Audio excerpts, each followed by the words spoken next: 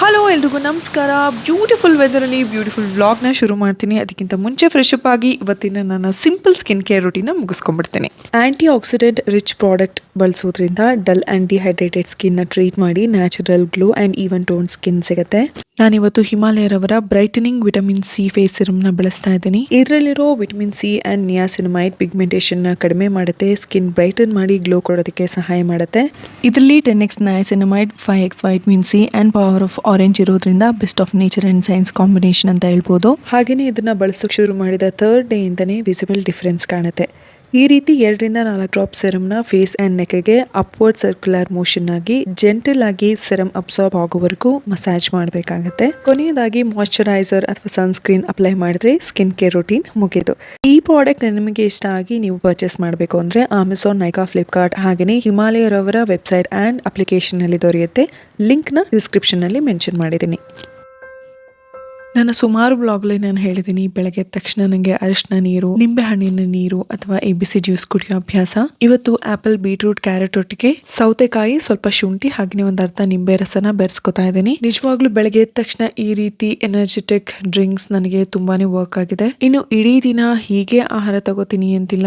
Junk ತಿಂತೀನಿ, ಸಖತ್ತಾಗಿ sweet ತಿಂತೀನಿ, ಆದ್ರೆ ಆದಷ್ಟು ಹೊರಗಡೆ ಫುಡ್ ನ ಅವಾಯ್ಡ್ ಮಾಡ್ತೀನಿ. ಈಗ ಇತ್ತೀಚೆಗೆ ನನಗೆ ಸಖತ್ ಇಷ್ಟ ಆಗಿರೋ ರಿಪೀಟೆಡ್ ಆಗಿ ನಾನು ಮಾಡ್ತಾ ಇರುವಂತಹ ಸಲಾಡ್ ರೆಸಿಪಿನ ಹೇಳ್ತೀನಿ. ಮೊದಲಿಗೆ ಈ ರೀತಿ ಹೆಸರು ಕಾಳನ್ನ ಮೊಳಕೆ ಬರೆಸ್ಕೊಂಡಿರ್ತೀನಿ. ಇದನ್ನ ಒಂದು 3 ರಿಂದ 4 ನಿಮಿಷ ಬಿಸಿ ನೀರಲ್ಲಿ ಕುದಿಸ್ತೀನಿ.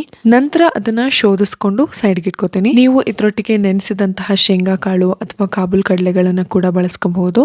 ಇದಕ್ಕೆ 1 ಚಮಚ ಆಲಿವ್ ಆಯಿಲ್ ಅಥವಾ ಕೊಬ್ಬರಿ ಎಣ್ಣೆನ ಹಾಕೋತಾ ಇದ್ದೀನಿ. ಇದಕ್ಕೆ ನಾನೀಗ ಮನೇಲೆ ಮಾಡಿರುವಂತಹ ಚಾಟ್ಸ್ಗೆ ಬಳಸುವಂತಹ ಇಮ್ಲಿ ಚಟ್ನಿನ ಬಳಸ್ಕೊಂಡಿದ್ದೀನಿ. ಇದಾದ್ಮೇಲೆ ಸ್ವಲ್ಪ ಪಿಂಕ್ ಸಾಲ್ಟ್ ಅಥವಾ ರಾಕ್ ಸಾಲ್ಟ್ ಅಥವಾ ಬ್ಲಾಕ್ ಸಾಲ್ಟ್ ನ ಯೂಸ್ ಮಾಡ್ಕೋಬಹುದು. ಚಿಕ್ಕದಾಗಿ ಹೆಚ್ಚಿದಂತಹ ಸೌತೆಕಾಯಿ, ಕ್ಯಾರೆಟ್, ಬೀಟ್ರೂಟ್, ಟೊಮೆಟೊ, ಈರುಳ್ಳಿಗಳನ್ನು ಕೂಡ ಬಳಸ್ಕೋಬಹುದು. ಈರುಳ್ಳಿ ನನಗೆ ಹೆಚ್ಚು ಇಷ್ಟ ಆಗೋದಿಲ್ಲ, ಹಾಗಾಗಿ ನಾನು ಯಾವುದೇ ಸಲಾಡ್ಗೆ ಈರುಳ್ಳಿ ಹಾಕೋದಿಲ್ಲ. ಇದ್ರ ಮೇಲೆ ಹುರಿದಂತಹ ಶೇಂಗಾ ಕಾಳು, ಟ್ರಸ್ಟ್ ಮೀ, ಇದು ತುಂಬಾನೇ ಮಜಾ ಕೊಡುತ್ತೆ. ಇದಕ್ಕೆ ನೀವು chilli flakes, peri peri masala ಅಥವಾ ಆರ್ಗಾನೋ ಎಲ್ಲ ಬಳಸ್ಕೋಬಹುದು. ಇನ್ನೂ ರುಚಿಯಾಗಿರುತ್ತೆ. ಬ್ರೇಕ್ಫಾಸ್ಟ್ ಮಾಡೋದಕ್ಕೆ ಮನ್ಸಿಲ್ದೇ ಇರುವಾಗ ಇದು ಬೆಸ್ಟ್ ಆಪ್ಷನ್.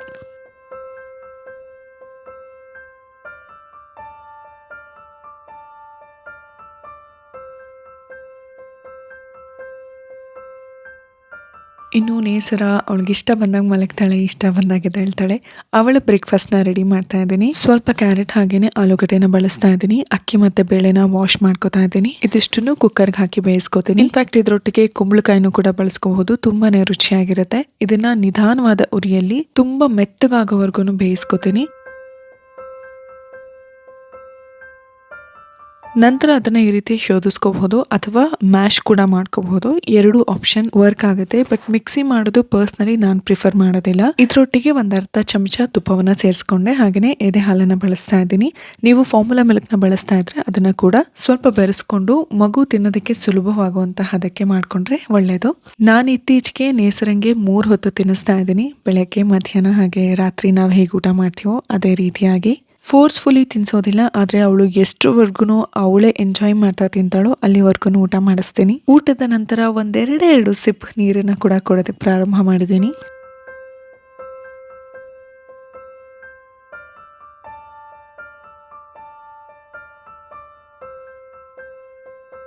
ಮಧ್ಯಾಹ್ನದ ಊಟಕ್ಕೆ ಮುದ್ದೆ ಹಾಗೆಯೇ ಅವರೆಕಾಳು ಸಾಂಬಾರ್ನ ತಿಂದಿದ್ದಾಯ್ತು. ಇತ್ತೀಚೆಗೆ ಹೆಚ್ಚು ಸ್ವೀಟ್ನ ಮನೇಲೆ ಮಾಡ್ಕೊಂಡು ತಿನ್ನೋದಕ್ಕೆ ಪ್ರಾರಂಭ ಮಾಡಿದ್ದೀನಿ. ಏನ್ ಮಾಡಿದ್ರು ಕಂಟ್ರೋಲ್ ಆಗ್ತಾ ಇಲ್ಲ, ಯಾಕೆ ಅಂತ ಗೊತ್ತಾಗ್ತಾ ಇಲ್ಲ.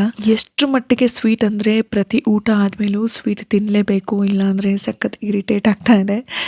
I think I have to change this. I don't know ಹೇಗೆ ಅಂತ, ಬಟ್ ಆದಷ್ಟು ಬೇಗ ಬದಲು ಮಾಡ್ಕೋತೀನಿ. ಎಸ್, ಹೀಗೆ ಹೇಳ್ತಾನೆ ಇವತ್ತು ನಾನು ಪ್ರಿಪೇರ್ ಮಾಡಿದಂಥ ಸ್ವೀಟ್ ಬಗ್ಗೆ ಹೇಳ್ಬಿಡ್ತೀನಿ. ಹಲ್ವಾ ಶೈಲಿಯಲ್ಲಿ ಕಲಾಕಂಡ್ ಮಾಡ್ತಾ ಇದ್ದೀನಿ. ಈಸಿಯಾಗಿ ಮಾಡಬಹುದು ಮನೇಲೇನೆ. ಮೊದಲಿಗೆ 1 ಲೀಟರ್ ಹಾಲನ್ನ ತಗೊಂಡೆ.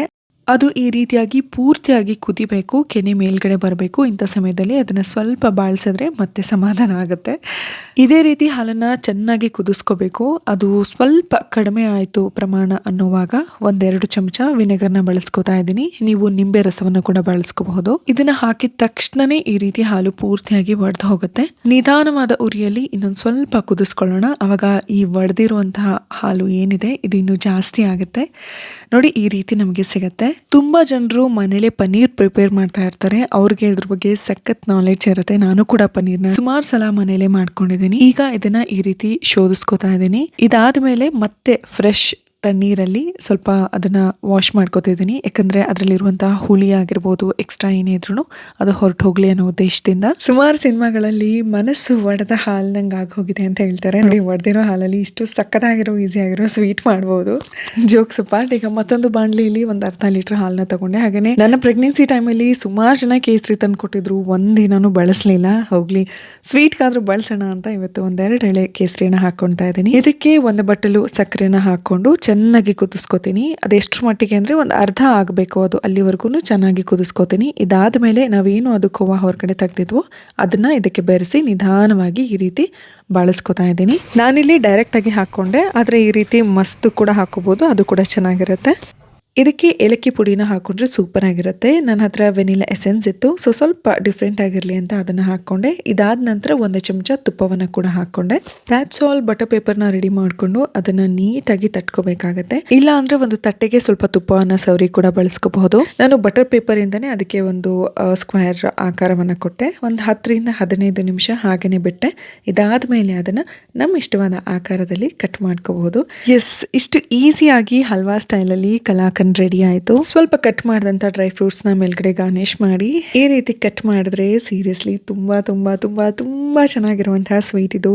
ಡೆಫಿನೆಟ್ಲಿ ಮನೇಲಿ ನೀವೆಲ್ಲರೂ ಟ್ರೈ ಮಾಡಿ. ಅದರಲ್ಲೂ ಹೊಸದಾಗಿ ಅಡುಗೆ ಮಾಡೋಕ್ಕೆ ಕಲಿಬೇಕು ಅಂತ ಇರೋರು, ಏನಾದರೂ ಸ್ಪೆಷಲ್ ಆಗಿ ಮನೆಯವ್ರಿಗೆಲ್ಲ ಬಡಿಸ್ಬೇಕು ಅಂತ ಇರೋರು ಡೆಫಿನೆಟ್ಲಿ ಈ ಸ್ವೀಟ್ನ ಟ್ರೈ ಮಾಡಿ. ಈಸಿ ಕೂಡ ಹೌದು, ಆದರೆ ಸ್ವಲ್ಪ ಪೇಷನ್ಸ್ ಬೇಕಾಗುತ್ತೆ.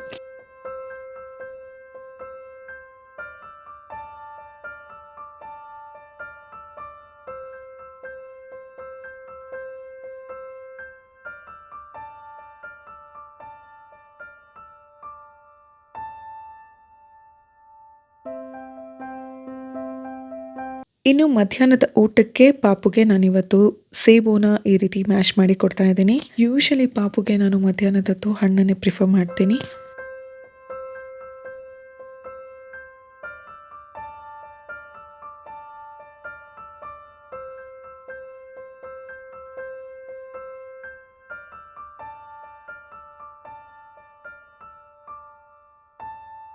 ನಿಜವಾಗ್ಲೂ ಮನೇಲಿದ್ರೆ ದಿನಗಳು ಹೇಗೆ ಹೋಗ್ತಿದೆ ಅಂತಲೇ ಗೊತ್ತಾಗ್ತಾ ಇಲ್ಲ. ಏನು ಮಾಡ್ತಿದ್ದೀನಿ, ಏನು ಮಾಡಬೇಕು, ನಿಜವಾಗ್ಲೂ ಒಂದೊಂದ್ಸಲಿ ದೊಡ್ಡ ಕ್ವೆಶನ್ ಮಾರ್ಕೆ ಅನ್ಸುತ್ತೆ. ವಾಟ್ ಎವರ್, ಇದು ನನ್ನ ಡಿನ್ನರ್ ಆಗಿತ್ತು. ನಿಮ್ಮ ಆಹಾರದಲ್ಲೂ ಕೂಡ ಆದಷ್ಟು ಫೈಬರ್, ಪ್ರೋಟೀನ್ನ ಆ್ಯಡ್ ಮಾಡಿ ಉತ್ತಮವಾದ ಆಹಾರವನ್ನು ಸೇವಿಸಿ. ಯಾಕಂದರೆ ನೆನಪಿರಲಿ, ನಿಮ್ಮ ಆಹಾರವೇ ಔಷಧಿ ಅಂತ ಹೇಳ್ತಾ ಇವತ್ತಿನ ವ್ಲಾಗ್ ಮುಗಿಸ್ತಾ ಇದ್ದೀನಿ. Lots of love, take care, bye.